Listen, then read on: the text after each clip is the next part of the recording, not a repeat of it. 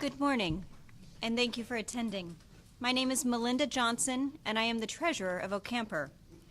And it is my delight to introduce to you our next speakers for this workshop. Today we have Leigh-Ann Theophilos, Daryl Holloway, and Dean Theophilos. They all have a master's degree in addiction studies. Leigh-Ann and Daryl are also working on their doctorate in psychology. And they will be speaking to us today on continuing bonds, an overview and exploration of an individual's ongoing relationship to the deceased. And importantly, while they are giving us this very important discussion on this topic, I will be getting to hold little Theo. And hopefully keeping him happy so that we can engage in this discourse. So I present to you, Leigh-Ann. Thank you.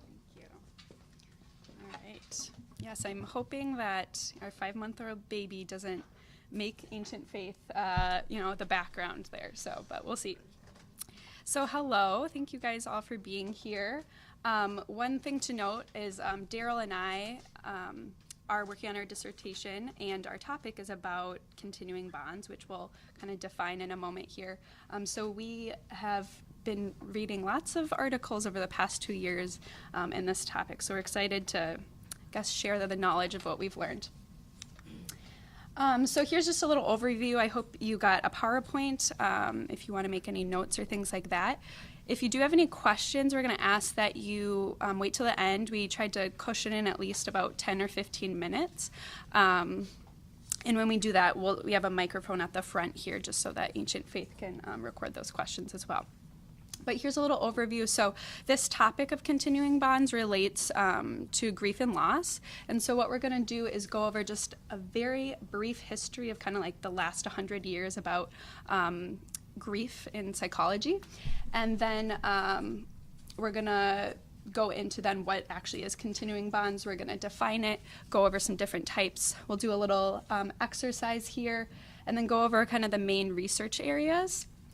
And then we have a case study, which we've kind of left in to see, depending on the end, if time to go over or not. And then Dean at the end is going to speak. Sure, yep. Dean will speak. Does that help, or it doesn't seem like it's actually projecting? Is it just speak louder? No, you're fine. I'm fine? Okay, I'll just speak louder. Is that better? Okay. So then Dean will speak at the end about orthodoxy and how this relates to the topic of continuing bonds. And then at the end we'll talk, we'll have a discussion or do some questions. So, all right. So before we jump into talking about the grief literature or the grief models, here are just 3 terms that are used within the literature quite a bit. So we'll just kind of define them here. So bereavement has been defined as the experience of having lost someone close. So it's the actual event. Whereas grief has been described more as the physiological, psychological, and behavioral responses that occur during bereavement. So that can be thought of as someone might be experiencing grief if they're sad, crying, upset about having lost someone. So someone can be in grief, or someone can be in bereavement, but not in grief, if that makes sense. So maybe they lost someone, but let's say maybe that loss wasn't super significant to them for whatever reason. They might not actually be experiencing grief per se. And then mourning is another word that's been described, and it's been more defined as the process of coping with the loss. And this has been described more as being influenced by culture. So different cultures have different expressions of mourning. Some cultures might wear black after having lost someone, or they might have different periods of people coming over to the house or different things like that. So those are just kind of 3 terms to kind of know about the literature here. So again, we're going to kind of do just a very brief overview of some of these grief models to bring us to the topic of continuing bonds. So Freud, many of us know Freud, and he wrote an essay called Mourning and Melancholy. And what he describes, so what I'm going to kind of go over is what these different theorists and models describe as kind of the goal of going through grief or going through a grief process. So in this essay, Freud described that kind of the goal is to remove energy from the deceased and redirect it to other areas of their life. So once someone dies, we kind of want to redirect that energy into a different part of our life. And then Lindemann, he was another person, a psychoanalyst, and he was really the first person to do some empirical exploration. He interviewed 101 family members who had lost someone, and from my recollection, they had all lost someone in a fire, I think in the Boston area, sometime in the 20s or 30s, if I'm remembering this correctly. And so from this basically kind of qualitative study he did, he defined acute grief and kind of the related symptoms that these people experienced after this event. He also said that the duration of someone experiencing grief is dependent on their grief work. So that's kind of a term I think people are familiar with is like, oh, you need to do some grief work. And so he's kind of one of the first people to really describe that term. And then he also believed that once someone has passed away, really our goal is to, again, remove this connection to the person who has died. We kind of need to move on, so to speak. So another person that people might be really familiar with is Kubler-Ross. She described the 5 stages of death and dying. And so they're the denial, bargaining, anger, despair, and acceptance. And from my experience, these 5 stages are really embedded within our society. I think there's even like a Grey's Anatomy episode that goes through like all the stages or whatever. And so she developed these stages. When I read about this, what was surprising to me is she described these stages of people who are they themselves in the process of dying. So they're going through if someone's in the process of dying, they're going through denial. They're thinking, oh, I'm not actually dying, it's something else. Or they're bargaining that whole like, oh, God, I'll be a better Christian if you spare my life. Anger, despair, and then eventually coming to that point of acceptance of their own impending death. A lot of people have taken these stages and then applied them to other people who have lost someone. So kind of flipped her initial intention of it. And so again, the goal here of this model is kind of coming to acceptance of either your own death or then acceptance of the loss of someone else in your life. And then Bowlby, John Bowlby, he's another main theorist. Most people know him or are familiar that he talked about attachment theory, which we can think of as basically having a bond to a primary caregiver. He talked about a bond to the mother. And so again, as a way to kind of oversimplify, but we can think about attachment as someone having a secure attachment or an insecure attachment. Secure attachment would be, so if someone trusts and believes that their caregiver is going to meet their needs in a timely manner, then they're going to develop that secure attachment. Whereas someone who might have an insecure attachment, usually those individuals have a history of abuse, history of maybe parents with addiction, mental health issues, or they've been in and out of orphanages, different things like that. And so they, again, aren't going to have that really foundation of trust and belief that people can meet their needs in their life. And so how he looked at grief was that he compared adult mourning to childhood separation anxiety. And so when someone dies, that adult in their experience of grief and mourning is similar to like when a child is separated from their primary caregiver.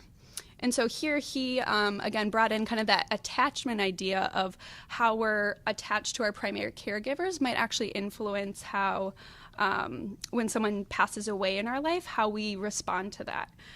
So again, if we have insecure attachment, maybe we're not going to cope as well with that death versus if we might have more of that secure attachment.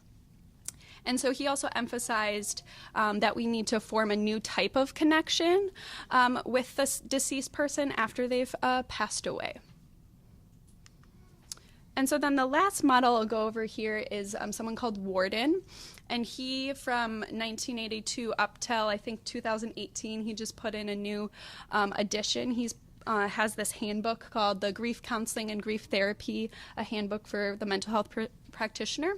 And he describes 4 different tasks of mourning. So there's different grief models out there that have tasks and stages and things like that. And so in his 4th edition, he changed the last task. So earlier editions, this last task was similar to kind of the Freud and Lindemann of like, we need to just kind of move on, remove this connection we have with the deceased. And in his 4th edition, which I think was maybe early 2000s, if I'm recalling, he changed this last task to be to find an enduring connection with the deceased in the midst of embarking on a new life. So he really changed the emphasis of maybe we actually need to continue a connection with the person after they've passed away. And he really formed this or changed the task based on other literature out there, and also I think seeing other patients and how they were coping with the loss in their life. So Daryl is going to talk next about how that brings us to what continuing bonds is. Yeah, thank you so much. If I gathered correctly, maybe it's kind of difficult to hear in this setting, so I'll try to project. And if anybody, if someone's having trouble hearing me, will you just give me like a thumbs up, which tells me to speak a little bit louder? Okay. So we can kind of be in relationship that way today. Perfect. So I feel really lucky to get to talk about this segment of our presentation. Like Leigh-Ann said, this has been a big part of our lives for a little over 2 years now, and it's going to continue to be probably for the next 1.5 years until we're done with school. It's something that was new to both she and I as we started to conceptualize grief. And when it was introduced to us, we really connected to the idea of thinking about grief in a new way and finding a way to steer clear of pathologizing those people that we see that remain connected to their loved ones after they have passed. And so I think this model of continuing bonds does a really good job talking about that. So Leigh-Ann did a really wonderful job giving us a really quick overview of a lot of years of grief models, and even showed, I think, how grief and the way we conceptualize grief has changed over the last, even within the last probably 20, 30 years or so. And that brings us, Warden's work really brings us, I think, nicely into continuing bonds. And so in 1996, there was a new book published by Class Silverman and Nickman called Continuing Bonds, New Understandings of Grief. And so historically, grief models have promoted, like Leigh-Ann said, acceptance, closure, reinvestment of energy to other places in our lives, maybe even other relationships, and really embarking on this new life. How am I going to create a new life? How am I going to move on after someone has died, after I have lost the significant person in my life? And so this book came to be and really questioned and explicitly questioned these dominant models of grief and offered us a new perspective. And I think really took ideas from Bowlby about this ongoing attachment after death, and also Warden recognizing that maybe it's not about acceptance and moving on. Maybe, perhaps, these literal linear models of grief like Leigh-Ann talked about that end in detachment were really denying a reality of how people actually grieve. Maybe there was something we were missing. And so these authors suggested really a new paradigm. And so this paradigm is rooted in the observation of healthy grief, not necessarily only being about moving on, but healthy grief also being about just creating this new relationship, staying connected. And I think this experience of staying connected was so common, even though we were holding on to these models of moving on, which I think left a big gap in how we're understanding grief. So under this model of continuing bonds, which I think is so dear to us, when your loved one dies, like we talked about, grief isn't about working through, and it's not linear. I'm going to be angry, and then I'm going to move on, and then I'm going to accept. We rather suggest that When your loved one dies, you slowly find ways to adjust and redefine your relationship with that person, right? So maybe you find new ways to explore that relationship when they're not with you in the physical sense. And so one thing that we want to emphasize, which I will talk about in a couple of slides, is that this relationship is not necessarily unhealthy, nor does it mean that you're grieving in a normal way. Instead, we're just offering that rather than thinking about right or wrong ways to grieve, good or bad ways to grieve, healthy or unhealthy ways to grieve, that maybe we have a little bit of flexibility in how we conceptualize how people grieve and recognize that for many people, culture, religion, spirituality may inform this process of remaining attached in many different ways. And then that leads me to how we're gonna talk about this. And so about 10 years later, Strobe and Shute really put a solid definition on continuing bonds. Strobe and Shute defined this as denoting the presence of an ongoing inner relationship with the deceased person by the bereaved individual. And so by someone going through the process or experiencing the death of a loved one. So throughout our literature review, we've been able to identify some other ways continuing bonds might show up in research or some other names that they might be called. And so these include after-death spiritual experiences, post-death encounters, continued attachment, or after-death communication. Bless you. And you might even be thinking about ways that you've heard about continuing bonds in your own lives and maybe be thinking about other names that they might come by. And these are just a few that we came by in the literature. Okay, so now what I want to do is, now that we have a quick but hopefully solid understanding of what this model of continuing bonds is and what continuing bonds are, there's additional research that's explored ways that continuing bonds have showed up in people's lives or are experienced. And so what I just put out to you is, as I read these, I'm wondering if you might start thinking about ways you may have experienced continuing bonds. It might be ways that you've heard other people experience continuing bonds. I realize we have a wide range of practitioners and people who work maybe with people who have grieved. So maybe you can think about professional experiences. Maybe people you've come across have experienced continuing bonds. So some common types that we have come across within the literature include dreams about the deceased, which I think is very straightforward. Having someone that you've lost show up in your dream world, in your nighttime world. A sense of presence of the deceased. Profound coincidences that you might come across. This might be, my father's favorite color was red, and now I see the color red everywhere. I see vibrant red everywhere I go. Or my mother really loved this kind of bird, and I'll be sitting and enjoying a day, and I find these birds everywhere. They show up in my life. Or some common things that I've heard are butterflies. Like this loved one of mine loved butterflies, and now butterflies are so salient to me, and I see those everywhere I go. So reoccurring symbols related to the deceased. This could be similar of what we were talking about, these profound coincidences. Or communication through a psychic. This was something that reoccurred in the literature, that in fact, rather than detaching from a loved one, people were actually seeking ways to stay in connection. People were going to individuals whose career was helping people stay connected and using those services to try to find ways to continue that attachment and communication. Use of social media. And this could be a number of ways. People could use social media to talk about their loved one.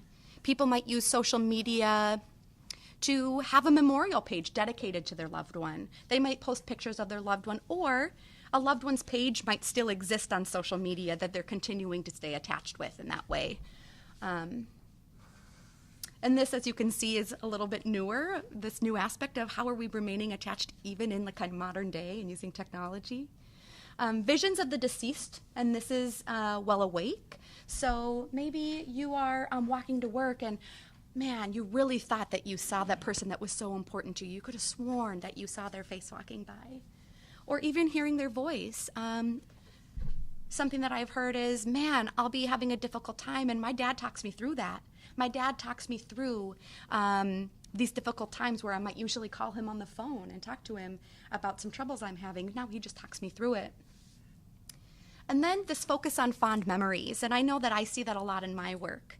When I'm working with students or individuals who have had a loved one die, man, they love talking about these stories that continue to bring this person to life. Like, oh, my dad really loved this one song, so I listen to it all the time, or they'll tell a funny story that really brings fond memories back of their loved one, which I think is always a really, really nice thing to share with people. And so for the next couple of minutes, Leigh-Ann, Dean, and I just wanted to have that opportunity to share this experience with you. So we just wanted to give you a couple of minutes, and it could be taking notes on your PowerPoint. It could be taking a few minutes just to think to yourself about maybe ways you've experienced continuing bonds.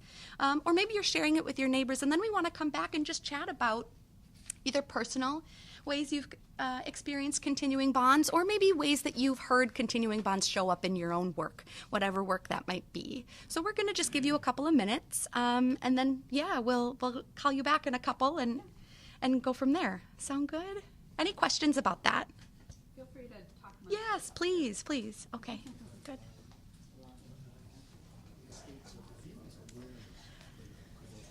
I really love seeing all the good conversation. I think that's one of the wonderful things about this topic is it brings up a lot of communication and conversation. And I think one of the things that is so powerful is that losing someone is a universal human experience. Even if maybe someone in their life hasn't experienced that yet, they will experience that at some time in their life. So if you don't feel comfortable coming up and sharing some of the examples that were talked about, that's totally fine. We would love to hear from you. If you would feel comfortable coming up, we have a microphone up here. Leigh-Ann is up here. And because this is being recorded for the radio, we just ask that you hold it up and speak into the microphone so that it will be heard later on. So yeah, whoever would like to come up and share, go ahead. Just take like 5 or 10 so that we have time to get through the rest of the presentation. Yeah. Father Daniel Mathewson from Edinburgh, Pennsylvania, priest of some years, and just wanted to reflect on all of these things. As an Orthodox priest, these things are common experiences. These are not, as the secular, psychologists talk about, they're just coming to this dawning that, we have a relationship with the deceased. And as an Orthodox priest, I'm saying to myself, yeah, we already know this, But here's the thing. I reflect on this in that people in our world, my parishioners, are afraid when these things happen. They are scared because they believe, or should I say, cannot believe that they can be true. Mm-hmm. So they convince themselves through all of the media and television, which portrays this sort of unknown world that no one can know. And when someone loses a husband or a wife of 50, 60 years, they have a relationship with them. And so I, as a priest, I do not preach against it. I encourage the ongoing relationship as it is given by God. Not in their own heads, too, because there's a fine line. I have a particular parishioner who lost her husband 2 years ago, and all of these things that I could list many, many things. Yes. Dogs, birds. Yes. One of the things is music. Yes. People will hear music coincidentally, and I say it's not a coincidence. Some of these things are so obscure that there's just no way it could happen this way unless it was the person coming down. So a lot of it is just them being relieved that they can have this relationship because they're afraid of it. Now, I encourage it first in serving memorial services for people. And that has a way of calming the spirit in a person as well, because there's so much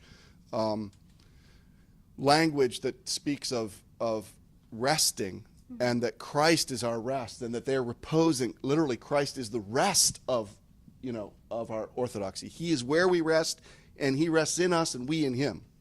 And this is very powerful. So I'm excited because there's good things here. Thank you so much for sharing that. That was powerful. Thank you. Very beautiful, Father Daniel. Thank you. And young ladies, I'm so impressed with your presentation. Thank you. You've comforted me a great deal. Oh, good. Thank you. I'd like to tell just a short story about other comfort that I received from my Yeronda many, many years ago when his father passed. My Yeronda. An example of comfort that I'm receiving from the ladies today and Father Daniel now. And Stephanos told me a beautiful story. Now I wish you could have heard it all. But anyway, when my Yeronda's father passed, it was so encouraging to me now in reflection 20 years later that my Yeronda wept very, very fully, very passionately, very humanly. He really, really wept. And I think that's important. The Greek word for grief is thlipsis. Thlipsis is the same word used for a olive press. We're pressed. We're pressed. And so our trust in God becomes greater if we endure the pressure of grief and then grow through it. Someone else. Thank you so much. And for the sake of time, we could talk about this for, the rest of the day with you. So we love that you're connecting with it. We're going to have one more example, and then we'll move on. Thank you so much.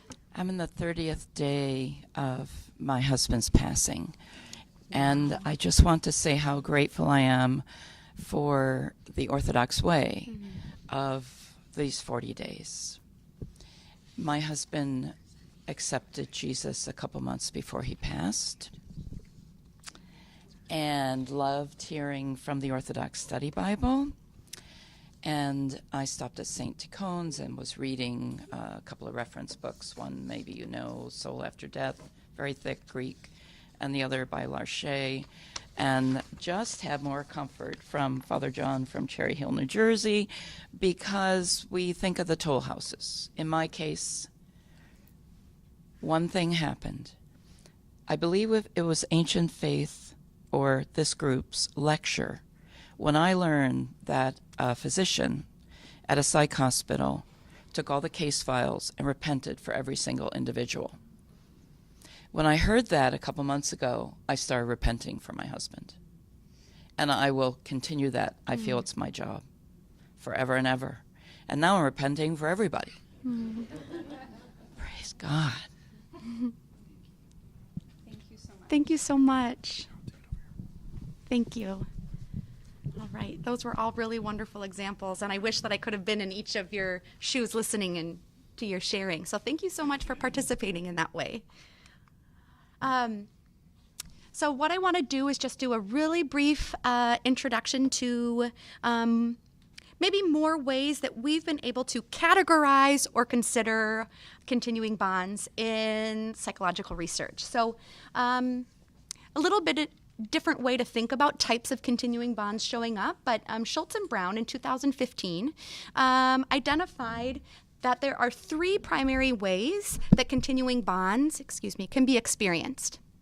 The first is internalized.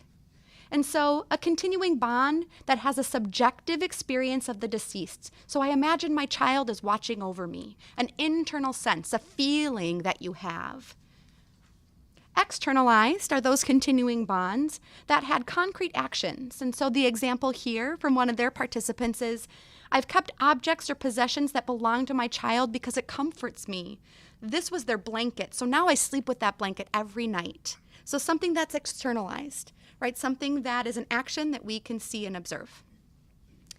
And then transference, a little bit different than the transference we would think of in therapeutic work or psychoanalytic work, but continuing bonds imitated the deceased. So an individual carrying out the deceased wishes, something that was important to the loved one who has passed, and now I'm going to carry that forward. It could be carrying on a tradition. I saw somebody who said on Thanksgiving, it was my dad's duty to make the best cranberry sauce, and now that he's passed, it's my duty. I'm going to start making that cranberry sauce the same way he always has. I'm not going to use a can. That would be doing a disservice to my dad, okay? So carrying out, or a transference of those wishes of their loved one. Another researcher on the topic of continuing bonds identified that there are continuing bonds that might be initiated by the deceased. So having an experience of a continuing bond that you feel was initiated by the person who has passed, and then those continuing bonds that are initiated by you, the person who has lost their loved one. And that could be a wide range of things, the things that we've already talked about today. And so just differentiating between who initiated that contact, the person who has passed, or is it me, the person who is grieving? And so then I just want to touch on the prevalence that is found within the research, which I think is pretty wonderful and speaks to what some of you has talked about, that this exists and people experience this more often than they do not. So Klugman found that 62, so we'll say 63% said, yes, I do have a connection with someone who has died. And then almost an exact number in 2014 that 63% of their participants endorsed engaging in continuing bonds. And of course, the people who said no, maybe they haven't had those experiences. Maybe those individuals feel fearful, like you talked about, of acknowledging what does it mean if I have this experience, especially in modern and secular psychology. We have said you shouldn't stay connected. So I can imagine the fear about what might that mean if I come forward and talk about this connection. And so that's our goal, is to start normalizing and accepting and acknowledging this in grief work. A big question within the field of psychology and grief work is, well, are continuing bonds adaptive or are they maladaptive? Is it really helpful for someone to stay connected, or is this going to harm someone and just prolong their pain? And so what we did is we just did a really brief overall, what have we found in our delving into the literature? Well, what we found is that research indicates that continuing bonds are common and that as a whole are experienced as positive and comforting in the grief process. Of course, there might be anomalies or there might be people that don't experience that. Overall, people do find this to be a positive, comforting experience for them. So what we have found is the pieces that might impact a maladaptive connection is we found that the quality of the death, how somebody died, might impact this. And that specifically, when someone dies unexpectedly, this might impact them to have a more negative experience than positive experience when they are experiencing continuing bonds. Another piece here is the kind of continuing bond. So this is based on one group of researchers' data, and they found that illusions or hallucinations or more concrete experiences of continuing bonds, or having an insecure attachment style like Leigh-Ann talked about when talking about Bowlby, this might indicate that someone might have more difficulty adapting to the loss and therefore lead to a more negative experience of continuing bonds. Continuing this question, is it maladaptive or is it adaptive? For those people that might experience continuing bonds as being maladaptive or have it be a negative experience, we have found in the literature that forgiveness might act as a mediating role in promoting a more positive experience. So if the person who is bereaved or going through the grieving process gets to a place of forgiveness, they have a tendency to then move into experiencing continuing bonds as more positive. Continuing bonds and spirituality may serve to help promote post-traumatic growth. This is another area that's, I think, been a big part of our research that we just didn't have time to talk about today. And that's that after something difficult happens, after a trauma, whether it's a little t or a big T trauma, people have a tendency to, how they deal with that can lead to resiliency and growth following that trauma rather than a decline in symptoms. And so we have found in the literature that engaging in continuing bonds and engaging in one's spiritual practice or spirituality, that can actually help promote this process of post-traumatic growth. It's also really important, and we emphasize this, that we reflect on our own processes and biases in this area. And so if we're working with individuals who have lost other people, it's important that we start to recognize, what are my opinions and ideas about this? Do I come to my practice thinking that this is bad? And how might that impact somebody? Or how have I come to believe about grief and death? What are my own experiences that might inform how I react to somebody else expressing continuing bonds? So just for the sake of time, we're going to skip over this case example. If we have time, we will absolutely come back to it. But now I feel really happy to be able to introduce Dean, who's going to talk about continuing bonds in Orthodoxy. Thank you so much. Hello. So I'll preface this saying that coming as an Orthodox lay person, Orthodoxy has, years, hundreds of years, the theology, work, theologians, saints working on this subject, studying this subject, teaching the truth of the subject of death and bereavement and grieving. So, a lot of my talk today is going to be a brief overview of the richness of Orthodox theology on this subject. But particularly what was so profound for me was that being an external observer watching my wife and Daryl work on this subject, and as Father Daniel mentioned, this kind of big shocker and beauty for me arose with like how much Orthodoxy has parallels to this. And I think the big one, I kind of like Father Daniel, what you said, was that kind of like this has been going on for a while for Orthodoxy. This is the internal truth of Orthodoxy. This is the gospel preached, the glorious word by Christ himself. And I want to start with the icon of the resurrection to remind ourselves, what is Orthodoxy's kind of overall mindset to this? What when it looks at the idea of grief, the deceased, continuing bonds, grieving, where's this coming from? Well, it comes particularly, I think, summed up wonderfully in John 3:16, a passage we all know very well. For God so loved the world that he gave his only begotten Son, that whoever believes in him should not perish but have everlasting life. And I think that was the powerful message, the universal truth that is Orthodoxy, is that death has been abolished. Again, another quote from the Epistles, Thessalonians. For if we believe that Jesus died and rose again, even so God will bring with him those who sleep in Jesus. So again, I mean, I just, the parallels between, the world of psychology, seeing how much continuing bonds are so important for those growing and healing psychologically after one's passed away. Orthodoxy said, because the great triumph of Orthodoxy is the abolition of death, we already have come with a mindset that yes, death was something that we can persevere from, can move forward in our Orthodox faith. I think this quote we all know very well from the Paschal Homily. Again, when I'm listening to, learning about these topics that Leigh-Ann was talking about, this from St. John Chrysostom has been so important on Easter Sunday. And I just like reading it again. Oh, death, where is your sting? Oh, hell, where is your victory? Christ is risen, you are overthrown. Christ is risen, the demons are fallen. Christ is risen, and the angels rejoice. Christ is risen, and life begins. Christ is risen, and not one dead remains in the grave. For Christ being risen from the dead, it becomes the first fruits of those who have fallen asleep. So that's, again, this amazing reality of Orthodoxy, is that this has been the faith taught. Death, again, is this universal process that everyone goes through. And as Orthodox Christians, the heart of our faith is the reality. There is no more separation. There is no more cutoff. The bond is continuing to be held. So when I hear continuing bonds, I hear, well, yes, continuing bonds are occurring every day of an Orthodox Christian's life. Now, again, what's weird about this is that you have this weird parallel between the beauty of Orthodox theology, but then the reality of the individual experiences. That death is very scary. That, I think one of the reasons why psychology is still working on the subject is that it's an everyday experience. It gets hard for individual persons. You don't know how to respond to death. Death has a lot of confusions, a lot of unknowns still. And although this is top of the faith, how do you address it on an individual level? And I think that's the beautiful parallel of saying, yes, by the way, the actions you do as an Orthodox Christian can enforce these continuing bonds mentality. You can have continuing bonds by being an Orthodox Christian. That's part of being an Orthodox Christian, is having continuing bonds.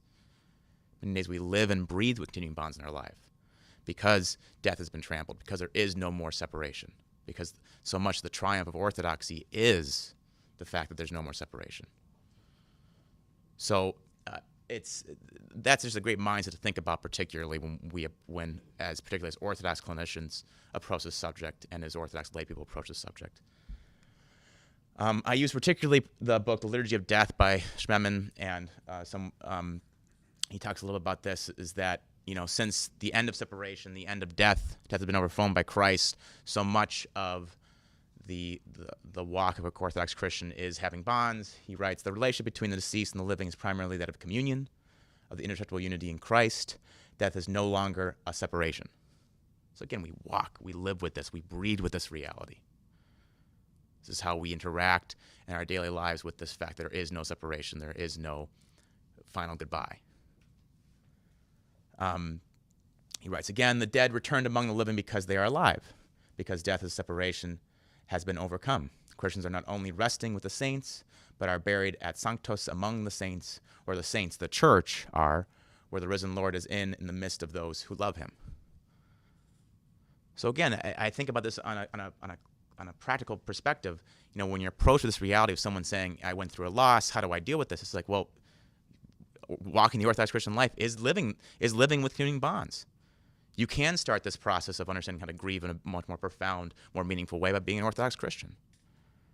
Cashman writes more that almost every action of an Orthodox Christian is an act of communing bonds, is an act of connection. We could just, that's the thing. I could go through this topic. We could spend the whole day just talking about every single action in the Orthodox faith and the Orthodox liturgical life that involves connection. We could be all day. Every action is one. So, but that's a very powerful act to think about. Someone comes to you. How do I grieve? How do I deal with this, with the passing of this loved one? Oh, here we go. Start reading the Psalms. Start reading the prayers. Start going to church. All those actions now will be communing bonds to heal and grow and to find greater meaning from this death, rather simply just end of story. In the old ways of psychology, move on. Again, he writes particularly, how the liturgical life in Orthodox Christian, the daily life in Orthodox Christian is one of communing bonds. So he writes, liturgical life, beginning with the celebration of the Lord's Day as the 8th day, the day of new creation, was the deepest expression and celebration of Christ's victory over death, or more precisely, over death as separation. And again, he talks a little about the Eucharist. Then the true unique center and source of the commemoration is the Eucharist. The Eucharist is commemoration. It is not that we find commemoration in the Eucharist, but rather the Eucharist per se is commemoration. It was instituted by Christ as commemoration. Do this, he said, in remembrance of me. So just a little brief examples. Cashman mentions that, again, liturgy itself is commemoration, is remembrance, is bonds being formed. When we go to church on Sunday, we remind ourselves that we are connecting with those who have fallen asleep, that they are still alive in us. Right then and there, you can start with that process, saying, "Hey, want to grieve together? Let's go to Sunday service. Let's learn how to rejoice and move forward in the passing of someone who's passed away." Just a mere act of going to Sunday service can be a powerful act of communing bonds. The reality of the Eucharist is a communing bond because we are united in Christ. Because Christ abolished death, we have come together in him as Orthodox Christians. We form those bonds with those we love who have fallen asleep.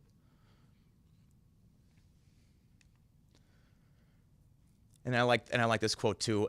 Father Anthony Cortinaris writes in his Intro to Orthodoxy. He says, "Christianity's religion of love. Praying for the dead is an expression of love, as we ask God to remember our departed because we love them. Love relationships survive death and even transcend it."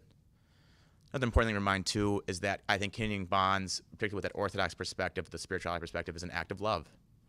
We want to continue our bonds with people we pass because we love them. In many ways, we're afraid after someone falls asleep, passes, because we love them so dearly, and we want to continue that relationship. Love is relationship. Bonds, continuing bonds, is an act of love. So if in our faith, the Orthodox Christian faith is one of that of love, why not? Of course we should continue with this. Of course Christ trampled down death by death of the act of love, the greatest act of love, for God so loved the world. So that's so important in this act of realizing that when we think about these acts of bonds, of continuing our bonds with those who have passed away, it's all out of love. We're growing, healing through love as a guiding force too. Cashman writes, and particularly about the prayers, praying for the dead, which is so pivotal and powerful in the Orthodox faith, whether it be memorial services. So much of Orthodox liturgical life involves prayers for the dead. So again, I could go, we have a whole rest of the day about the memorial service and what that means. But particularly, Cashman writes in the memorial service, "So our prayer for one another, and especially for those who have visibly separated from us by death, so above all love, a human love, but also divine love that God poured into his hearts, Christ's love by which he prayed not only for our own, despite our sadness, but also for those whom God loves and makes him the object of our love. So again, all these acts, these liturgical acts we do for the Orthodox service to create bonds is an act of love. Briefly, a few quotes about the fact that there's still sadness involved with this also, that although we have death has been broken, there's no more separation, there are bonds, there's still sadness. Sadness still exists. So particularly, Cashman writes that death remains a tragedy, but also remains a victory. Every instance of dying presents the same struggle. Each time we face the same descent and ascent, the uniqueness of each life, of each death, Christ does not abolish suffering as suffering. He gives it a new meaning. He is victorious in that he says, if you suffer with me, because I have suffered with you. So I kind of think about the echoing when everyone gave examples, is that, yeah, people come scared, sad, angry. I really like the point in the psychological perspective that this grieving process is not, linear. It's not just, oh, you're sad now it's all good, and now we're all, just because Christ has trampled down death by death, now we're all happy and rainbows and sunshine, everything's hunky-dory. No, we're going to be angry. We're going to be sad. But again, that's part of the process. It's actually part of the victory. Orthodoxy offers a unique perspective because it doesn't just look upon sad feelings as this, oh, stop doing that. Just be happy now. No, we're going to be sad. And yet, Christ trampled down death by death. He crucified and was risen. And we can still rejoice in that. We'll get to questions. I'm almost dead. Thank you, Father. Again, Cashman writes particularly in the memorial service, he writes, to identify the dead person, every brother and sister departed in this life in Christ, with Christ himself, to identify the death of this particular person with Christ's death, that our death accepted into Christ's death is to be purified, healed, freed from death itself. Keep moving forward. Another brief particular point, one of the most powerful hymns in the memorial service is Memory Eternal. Just a little bit about that hymn because I think it's very important and powerful. Cashman writes, commemoration, remembrance, and memory are all translations of the Hebrew word zikarion, memory. However, the Hebrew memory is not, as for the modern man, the passive faculty, the mere ability for man to remember, but rather it is to relive in imagination that which no longer exists, from which a person is separated by time, distance, or death. Remembrance, memory, is an active and above all divine faculty, a divine power. To sum it up, an exciting aspect of biblical faith, everything that exists does so because God keeps it in his memory, because he remembers it. Just a very powerful point to remind ourselves that so much of liturgical life, those prayers we sing on the memorial services, the bonds are continuing because God is there, remembering it. And then just prayers for the dead. Anthony Cornelius writes, whether the prayers for the dead of our departed loved ones bring up any benefit to them is a question we must leave to the mercy of God. But one thing is for certain, such prayers do benefit those who pray for the departed. They make us more cautious and diligent in getting ready for that ultimate journey which will unite us with our departed loved ones and usher us into the presence of God. They remind us that now is a time for moral development and improvement, for faith, repentance, and love. Remind that we do these prayers, these actions, the liturgical life, and the Orthodox faith. It also reminds us to keep ourselves prepared and ready for our own time of passing. So, again, encompassing this whole cycle of improvement, development after the passing of a loved one. And then we'll end with that. So we made a little just quick takeaway page in case you're like, oh, they talked about a lot of stuff. So in general, again, from the psychological perspective, ideas about grief and grief process has changed over time. Continuing bonds are common, and there's many different types. Continuing bonds are generally positive and adaptive to grief, but different factors can lead to someone experiencing them as not helpful. And then again, the Orthodox perspectives are that continuing bonds are central to the faith. So this is not in your PowerPoints, but I did throw up our emails there if anyone's interested to have our contact information. But now of course, we tried to give 15 minutes, and we're ending up with 5 minutes for questions or comments. But feel free to come up to the microphone here if anyone would like to share or have any questions. Just one comment. Just hit me. I love the opening of this, of our whole session, saying we can experiment and ask questions. And, what about this? Just hit me, remember. The word remember, just in English, okay? For me, it means that we remembership these people. They've left us, but we remember that we bring them back into our membership. In our parish, we have, of course, as many of you do too, icons lining our walls, right? I constantly make reference to them and say, we're here to remember. All of these saints are giving us this lead, you know, so let's apply this to those who we know are saints as well. And I call many of my deceased brothers and sisters who go in repentance as saints. And so we should remember them, remember them. Thank you, Father. You come up to the front.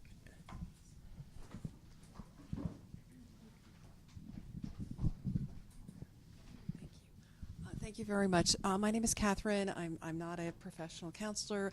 We did adopt our daughter out of foster care when she was 9 years old. She's 19 now.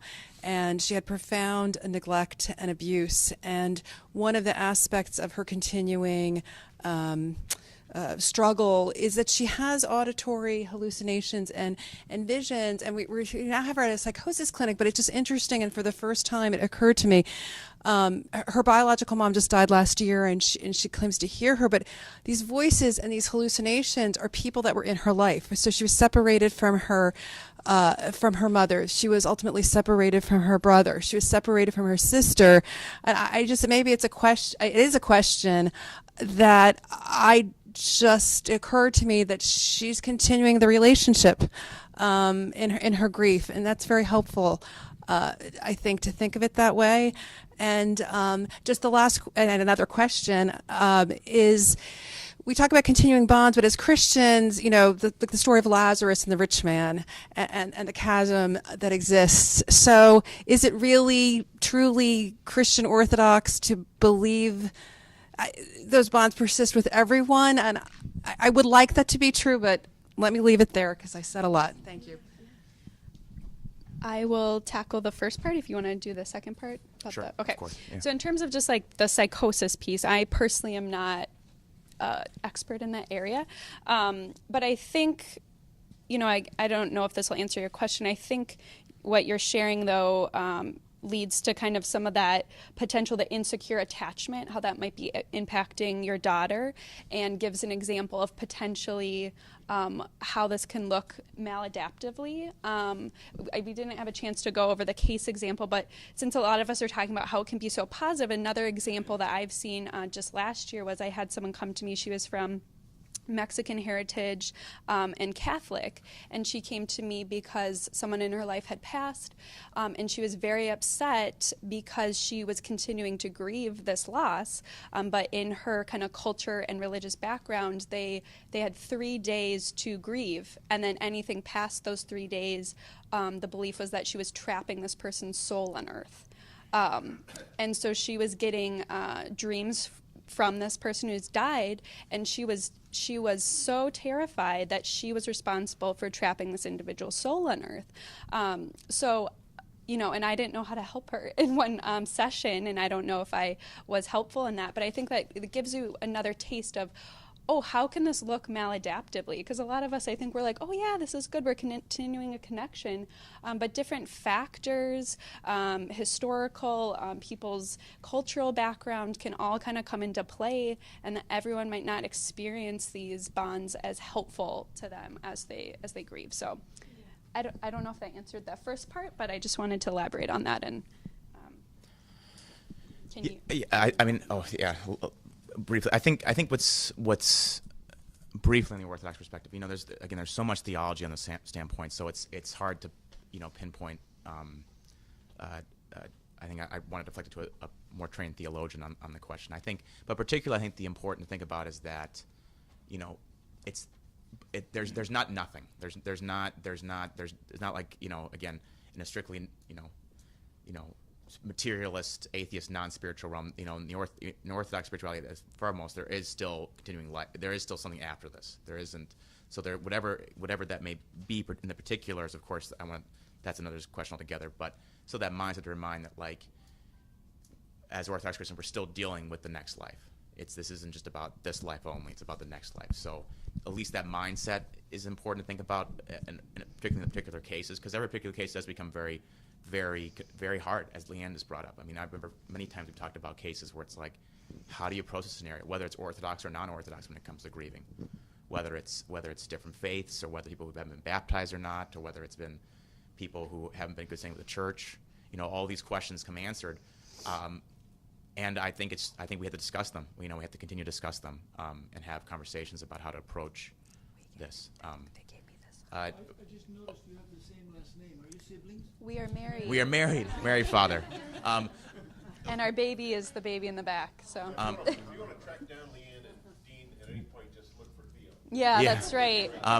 The youngest Ocamper although participant. I think Father could also answer that question too, but maybe we can have after discussion after this too. I think we do have to end just for the sake of time. But yeah, thank you all again. so much, Yeah, and thank hopefully you. we can